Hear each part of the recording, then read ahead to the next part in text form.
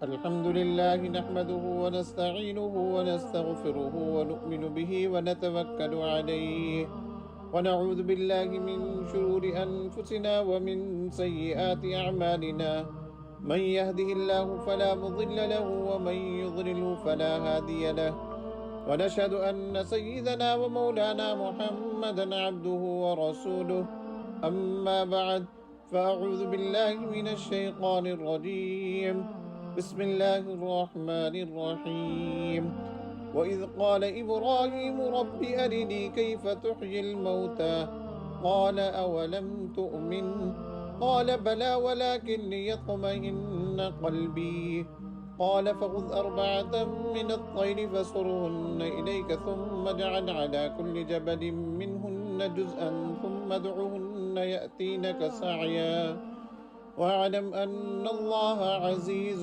حكيم صدق اللہ العظیم۔ سورۃ بقرہ کی آیت نمبر 260 آپ کے سامنے تلاوت کی گئی ہے۔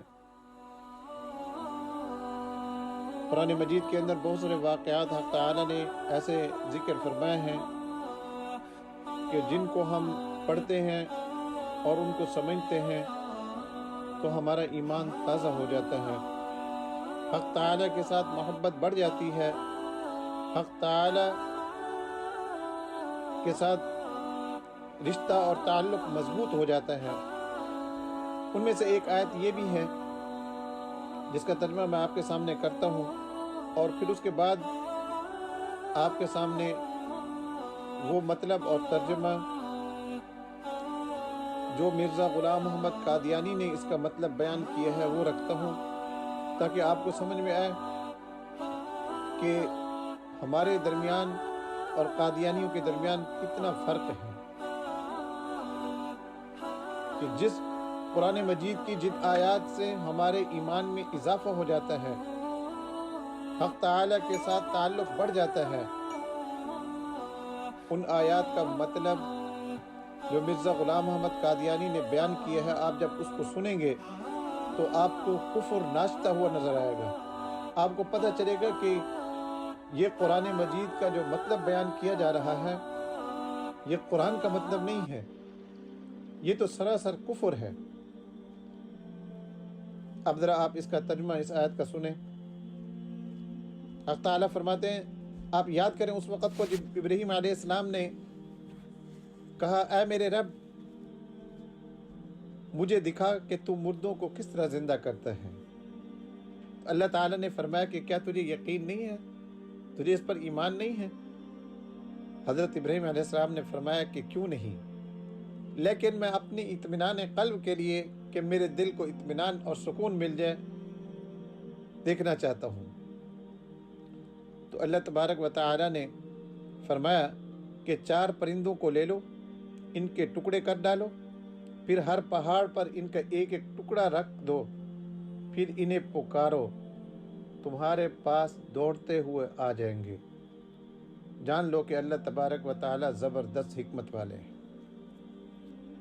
چنانچہ روایات میں احادیث میں آتا ہے، حضرت ابن عباس رضی اللہ تعالیٰ فرماتے ہیں کہ حضرت ابراہیم علیہ السلام نے 4 پرندے لیے، اپنے ساتھ مانوس کیا ان کو پہلے تاکہ وہ ان کی آواز سے مانوس ہوں، اس کے بعد ان کو ذبح کیا، ان کی ہر چیز الگ الگ کی، پرندوں کی پر الگ کیے، سر الگ، ہڈیاں الگ، گوشت الگ، خون الگ، پھر ان کو مکس کیا، پھر پہاڑوں پر جا کر رکھ دیا، درمیان میں کھڑے ہو کر بلایا، تو ہر چیز اڑتی ہوئی ایک دوسرے کے پاس گئی، اور پرندے ویسے کے ویسے بن گئے۔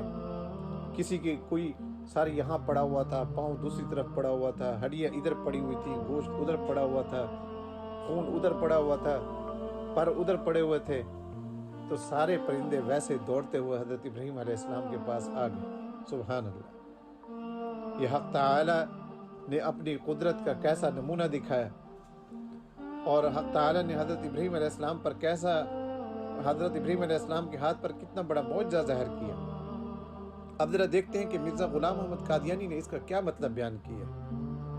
جب آپ وہ مطلب سنیں گے تو آپ کو سمجھ میں آئے گی کہ کس طرح کا کفر ظاہر ہوتا ہوا نظر آتا ہے۔ چنانچہ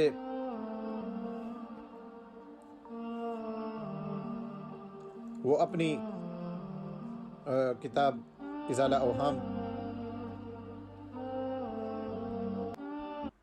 روحانی خزائن جلد نمبر 3 ہے اور صفحہ نمبر 506 ہے، یہ صفحہ بھی میں آپ کو سینڈ کر دیتا ہوں۔ چنانچہ وہ کہتے ہیں قرآن کریم میں 4 پرندوں کا ذکر لکھا ہے کہ ان کو اجزاء متفرقہ یعنی جدا جدا کر کے 4 پہاڑیوں پر چھوڑا گیا تھا، پھر وہ بلانے سے آ گئے تھے۔ یہ بھی عمل الترب کی طرف اشارہ ہے، کیونکہ عمل الترب کے تجارب بتلا رہے ہیں کہ انسان میں جمیع کائنات الارض کو اپنی طرف کھینچنے کے لیے ایک قوت مقناطیسی ہے، اور ممکن ہے کہ انسان کی قوت مقناطیسی اس حد تک ترقی کرے کہ کسی پرند یا چرند کو صرف توجہ سے اپنی طرف کھینچ لے۔ یہ عمل الترب ہے، وہ اس کو معجزہ نہیں مانتا۔ عمل الترب کیا ہے؟ اس کا علم صرف مرزا غلام محمد قادیانی کو دیا گیا۔ وہ دوسری جگہ پر اسی جلد کے اندر، جلد نمبر 3 کے اندر دوسری جگہ پر وہ لکھتے ہیں کہ عمل الترب کے بارے میں بتا رہے کہ عمل الترب کیا ہے۔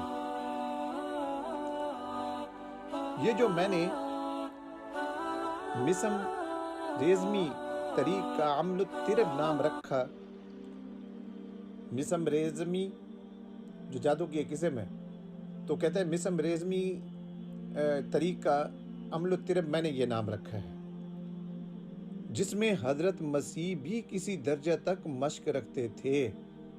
یہ مسم ریزمی میں حضرت عیسیٰ علیہ السلام کو بھی مشق تھی، وہ بھی اس طرح کے کام کرتے تھے۔ یہ الہامی نام ہے، یہ جو عمل الترب نام ہے نا اس کا، مرزا غلام قادیانی کہہ رہے کہ یہ الہامی نام ہے، اور خدا تعالیٰ نے مجھ پر ظاہر کیا ہے کہ یہ عمل الترب ہے، اور اس عمل کے عجائبات کی نسبت یہ الہام ہوا ہے کہ ھذا ھو الترب الذین لا یعلمون، کہ یہ وہ عمل الترب ہے جس کی اصل حقیقت کی زمانہ حال کے لوگوں کو کچھ خبر نہیں ہے، یہ ہم نے صرف آپ کو بتایا ہے۔ یہ مرزا غلام قادیانی کہہ رہے کہ یہ عمل الترب ہے، اور یہ عمل الترب کی کسی کو پتہ نہیں تھا کہ اس کا نام عمل الترب ہے۔ یہ اللہ تعالیٰ نے مجھے بتایا کہ اس چیز کا نام عمل الترب ہے۔ یہ گویا کہ مسم ریزمی کا ایک دوسرا نام ہے۔ مسم ریزمی کس کو کہتے ہیں؟ یہ بھی ہم ان کی ہی کتابوں سے دیکھتے ہیں۔ چنانچہ ان کا ایک اخبار چھپتا ہے الفضل، اب بھی چھپتا ہے۔ یہ الفضل ہے 12 مارچ 1938 کا، ابھی بھی ان کی ویب سائٹ پر یہ پرانے اخبار بھی موجود ہیں۔ چنانچہ وہاں سے ہی میں نے یہ اخبار لیے ہے۔ اس میں یہ بتا رہے ہیں کہ یہ جو مسم ریزمی ہے کیا ہے۔ کہتے ہیں مسم ریزم کو روحانیت سے کوئی تعلق نہیں، یہ کوئی روحانی چیز نہیں ہے۔ اگر مسم رائزر ہی خدا رسیدہ ہے، اگر وہ پہنچا ہوا ہے، اللہ کا بندہ ہے، تو ککر سنگھ بھی خدا رسیدہ تھا، کیونکہ اس نے بھی ایک دنیاوی اور جسمانی کمال پیدا کر لیا تھا، اور بڑے بڑے مضبوط جوانوں کو چٹکی بجاتے میں گرا لیتا تھا۔ اس علم کا نام حضرت مسیح موعود علیہ السلام کو عمل الترب بتایا گیا۔ یہ اس کا بیٹا لکھ رہا ہے کہ یہ جو مسم ریزمی ہے اس کا نام مسیح علیہ السلام کو، یعنی مطلب یہ ہے کہ مرزا غلام محمد قادیانی کو عمل الترب بتایا گیا تھا۔ اور آگے یہ بتا رہا ہے کہ یہ ہے کیا چیز؟ کہتے ہیں یہ الہی اور آسمانی علم نہیں ہے، بلکہ زمینی یا سفلی علم ہے۔ جیسے اور زمینی علم ہوتے ہیں، مثلا پہلوانی، طب، سرجری، موسیقی، اسی طرح یہ بھی ہر شخص حاصل کر سکتا ہے۔ سچے مذہب سے اس کا کوئی تعلق نہیں ہے، خواہ اسے عیسائی حاصل کرے یا ہندو یا سکھ یا مسلمان خواہ دہریہ ہو یا چوڑا چمار ہو، نعوذ باللہ، یعنی جو معجزہ اللہ تعالیٰ نے حضرت عیسیٰ علیہ السلام کے ہاتھ پر دکھایا یا حضرت ابراہیم علیہ السلام کے ہاتھ پر دکھایا، یہ چوڑا چمار بھی کر سکتا ہے۔ آسمانی نور نہیں ہے، یہ آسمانی نور نہیں ہے، یہ یعنی اب یہ بتانا یہ چاہتے ہیں کہ یہ جو حضرت ابراہیم علیہ السلام کے ہاتھ پر معجزہ ظاہر ہوا ہے یا حضرت عیسیٰ علیہ السلام کے ہاتھوں پر جو معجزات ظاہر ہوئے ہیں، یہ تو مسبلز بھی ہیں، یہ تو عمل الترم ہے، یہ آسمانی نور نہیں ہے، اس کا روحانیت کے ساتھ کوئی تعلق نہیں ہے۔ اب یہ ان کی قرآنی تفسیر ہے، وَإِذْ قَالَ إِبْرَاهِيمُ رَبِّ أَرِنِي كَيْفَ تُحْيِي الْمَوْتَى۔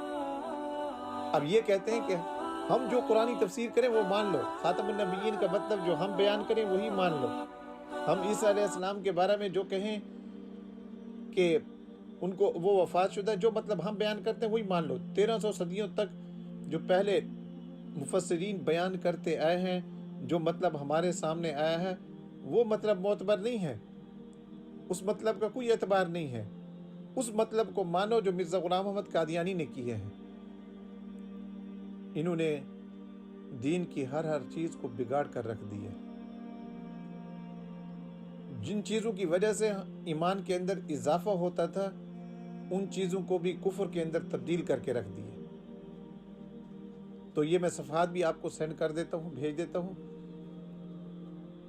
ذرا اپنے ساتھیوں قادیانی جو جن کا یعنی تعلق ہو اور وہ جانتا ہو کسی قادیانی کو، تو اس کو سمجھائے بٹھا کر، خدا کے لیے کس کفر کی طرف جا رہے ہو، اللہ کے لیے واپس آ جاؤ۔ یہ دیکھو، یہ قرآن کی تفسیر جو ہم پہلے سنا کرتے تھے اور جس سے ہمارا ایمان تازہ ہوتا تھا، اس کا ذرا مطلب تو دیکھو کہ مرزا غلام محمد قادیانی نے کیا مطلب بیان کیا ہے، کس طرح کفر ناچتا ہوا نظر آتا ہے۔ انشاءاللہ اگر آپ نے دل سے کسی کو سمجھایا تو امید ہے کہ اس ایک بات کی وجہ سے بھی کوئی واپس آنا چاہے تو ایمان کی طرف واپس آ سکتا ہے۔ اگر ہمارے کہنے پر کسی ایک نے بھی ایمان قبول کر لیا تو اس کی نسلیں بھی جو ایمان کے اندر چلتی رہیں گی قیامت تک، انشاءاللہ ان کے اعمال کا اجر بھی ہمیں ملتا رہے گا۔ حق تعالیٰ میں سمجھنے کی اور عمل کرنے کی توفیق عطا فرمائے۔ وآخر دعوانا الحمدللہ رب العالمین۔